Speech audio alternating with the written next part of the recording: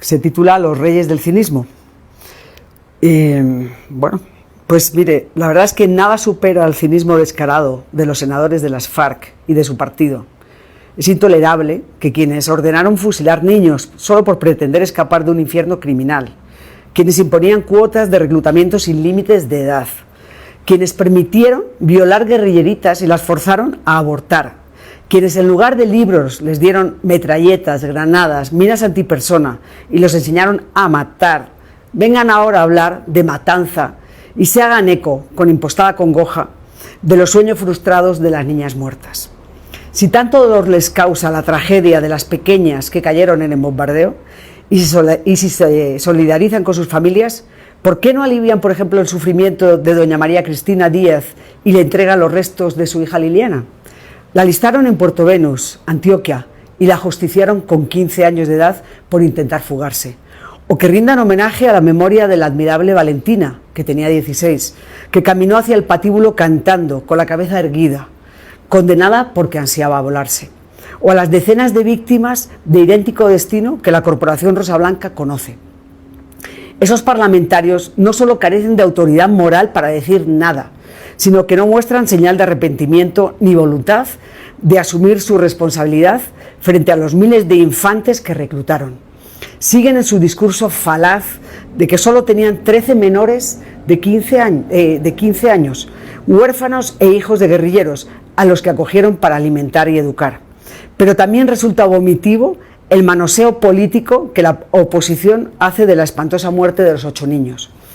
Los mismos que en el proceso de paz ignoraron a los menores guerrilleros, ahora se rasgan las vestiduras y vierten lágrimas de cocodrilo como si de verdad su suerte les quitara el sueño. ¿Dónde estaban cuando las FARC incumplían una y otra vez su promesa de no reclutarlos y entregar a los que tenían? Les refresco la memoria de uno de tantos episodios donde optaron por el silencio. 24 de abril de 2015, Vereda, Buenos Aires, San José del Fragua, Caquetá. El ejército combate con el Frente 49 de las FARC. Detienen a 7 menores de edad con fusiles y camuflado. Era la primera vez que vivían un enfrentamiento armado en el que pudieron haber caído todos. Sin embargo, semanas atrás, el secretariado se había comprometido en La Habana a no reclutar más menores. ¿Qué pasó en aquel momento? Que solo lo mencionaron 2 medios de comunicación y Santos y sus enmermelados aliados miraron para otro lado, porque sus actuaciones solo responden a los intereses politiqueros del momento. En todo caso, parece imposible no calificar de tragedia un bombardeo en el que mueren 8 menores. Pero esa terrible tragedia, culpa exclusiva del matón que los alistó, no resta legitimidad a la operación militar que tenía como objetivo a alias Gilardo, exguerrillero fariano de dilatada trayectoria criminal que representaba un peligro real. Gentil Duarte le encomendó la misión de reforzar varios frentes en el sur del país. Reforzar, pareciera que algunos lo olvidan, supone incrementar el reclutamiento forzado de niños, extorsiones, asesinatos de civiles, de líderes sociales y fuerza pública, masacres, desplazamientos y narcotráfico. De hecho, el valiente personero de Puerto Rico, Caquetá, alertó en varias cartas dirigidas al ejército sobre extorsiones de las disidencias de las FARC a comerciantes y ganaderos, el desplazamiento de una familia porque sus hijos pagaban servicio militar y el alistamiento de menores de edad. Inteligencia marcó el blanco de acuerdo con información confiable. Lo habitual es que un infiltrado coloque un dispositivo cerca de la diana y abandone el lugar. Horas más tarde, de noche, la Fuerza Aérea bombardea. Las bombas trocean cuerpos, arrasan con todo, no miran edades. Es el arma más temida por las bandas criminales y, al mismo tiempo, la que ofrece menor riesgo a los soldados y policías que nos cubren las espaldas. Si asaltan el campamento, pueden morir en el combate, caer en campos minados, desaparecer o ser secuestrados. El ELN y las nuevas FARC-EP son grandes reclutadores de niños. Cualquier bombardeo contra sus mandos puede cegar vidas de pequeños. Incluso en los ataques terrestres existirá idéntico riesgo. Además, después de lo ocurrido, utilizarán más menores como escudos humanos y tampoco los militares querrán correr el riesgo de pisar la cárcel por esos tristísimos daños colaterales, como dicen algunos. En la erradicación de coca, una parte del país optó por prohibir la fumigación aérea, pese a que en la manual mueren y mutilan policías, soldados y civiles. Y en el combate a los capos, ¿qué hacer? ¿Cómo los confrontamos? ¿Cómo salvamos a los niños? Ese proceso de paz quedó muy mal hecho. Salud, mucha gente está haciendo preguntas, hay 1.226 personas conectadas a esta hora.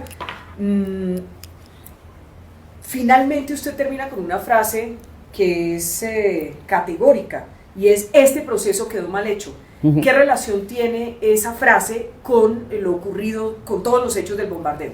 Pues porque existen unas FARC que sean una disidencia de las FARC que cada día son más fuertes, porque ellos prometieron un mundo imposible de cumplir. Ellos prometieron que iban a llegar al día siguiente poco menos que con carreteras, inversión social, los niños iban a tener colegios estupendos. Entonces crearon unas expectativas que obviamente iban a defraudar, y no previeron la posibilidad de que las FARC se rearmaran. Es decir, que hubiera unas disidencias fuertes y que el ELN y que otras bandas ocuparan esos lugares. Entonces, y tampoco tenían un plan previsto para qué pasaba, por ejemplo, con unos grupos que si se volvían a tomar las armas, podían reclutar niños. Es decir, fue un proceso de paz hecho en la distancia, hecho a medida de las FARC y sin conocer el país real. Dice Paola Castillo: el reclutamiento está mal, pero también está mal que el ejército, sabiendo que hay niños ahí, decidan atacar sin ninguna compasión.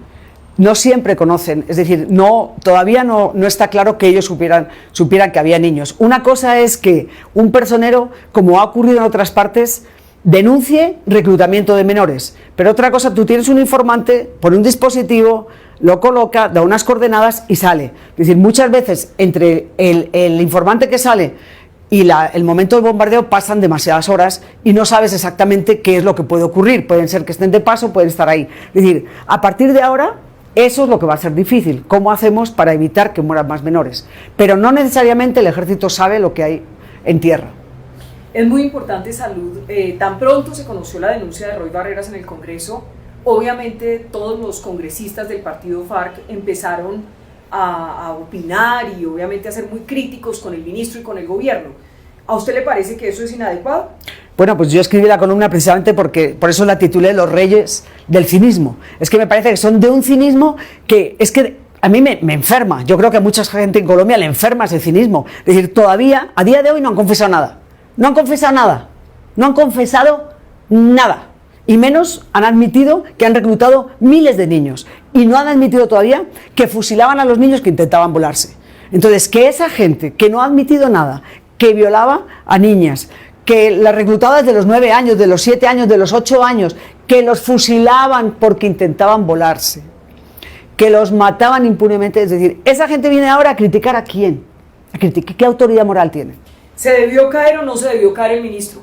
El ministro, claro, pero no ahora. El ministro se debió caer hace ya meses. El ministro ha sido un desastre absoluto, no tenía ninguna credibilidad ni entre los militares ni en una buena parte de la población. Yo creo que ha sido un desastre siempre, es decir, tenía que haber ido hace meses. ¿Qué opina de la posición del presidente, de la actitud del presidente con todo este escándalo? Pues yo creo que el primer sorprendido ha sido él. Yo pienso que una persona como Duque, como el mismo militar que apretó el botón de la Fuerza Aérea, si llega a saber que había niños abajo, no aprieta ese botón. Es decir, es que estamos creyendo que el piloto es un desalmado, que el otro no. Es decir, si alguien hubiera sabido que había esa cantidad de niños, no merece la pena la vida de un bandido, no merece la pena capturar o dar de baja a un bandido, quitárselo de en medio, no merece la pena la vida de 8 niños por él. Dice Luz Miriam Gutiérrez: ¿considera usted que regresaron los falsos positivos? No tiene nada que ver los falsos positivos con esto. Es decir, los falsos positivos puede haber y se van a dar algún caso puntual, como ha ocurrido en 2 ocasiones. Uno de los que denunció otro día Barreras, que ya estaba denunciado por otro lado, y otro que sucedió en el Catatumbo hace unos meses. Puede ser de manera esporádica, puede suceder en alguna ocasión, pero no es una política sistemática en absoluto. ¿Qué pasa ahora? ¿Qué debe pasar con la cúpula militar? Pues nada.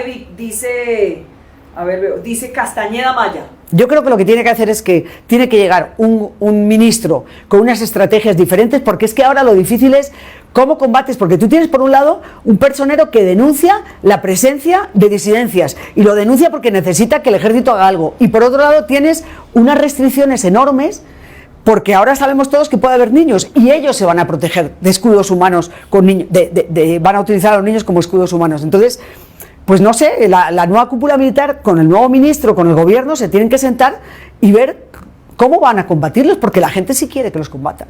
Salud, para ir terminando, aquí hay uno que otro que escribe: salud, usted no es colombiana, váyase a su país, usted es española, ¿por qué critica? ¿Qué les dice a esas personas?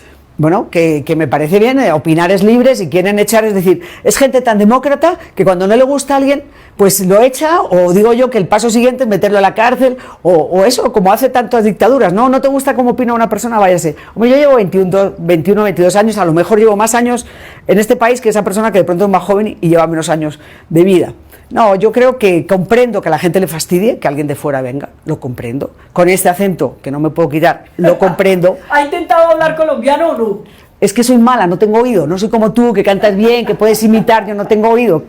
Pero sí, comprendo que me critiquen, pero me parece que si toda la respuesta a la crítica es váyase, pues me parece una actitud un poco dictatorial.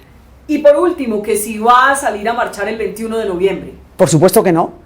Por supuesto que no voy a salir a marchar el 21 de noviembre, porque es una marcha política de la izquierda. Bueno, pues que marchen los políticos de la izquierda, que marchen, me parece bien. Es decir, o la gente de la calle, que le parezca bien esas marchas, pero a mí me parece que se va a hacer un uso absolutamente, si esto ha sido vomitivo, eso va a ser un uso político, entonces yo no voy a marchar, aparte que lo que va a ser... Y hay una cosa por la que no voy a marchar, además, Vicky, porque es que me parece peligrosísimo todos esos carteles que están diciendo ahora vamos a ir por el norte y ahora vamos a ir por otras partes de las ciudades, para que no se crean que solamente vamos a ir al centro, es decir, amenazante. Eso no es una manifestación, eso es una amenaza.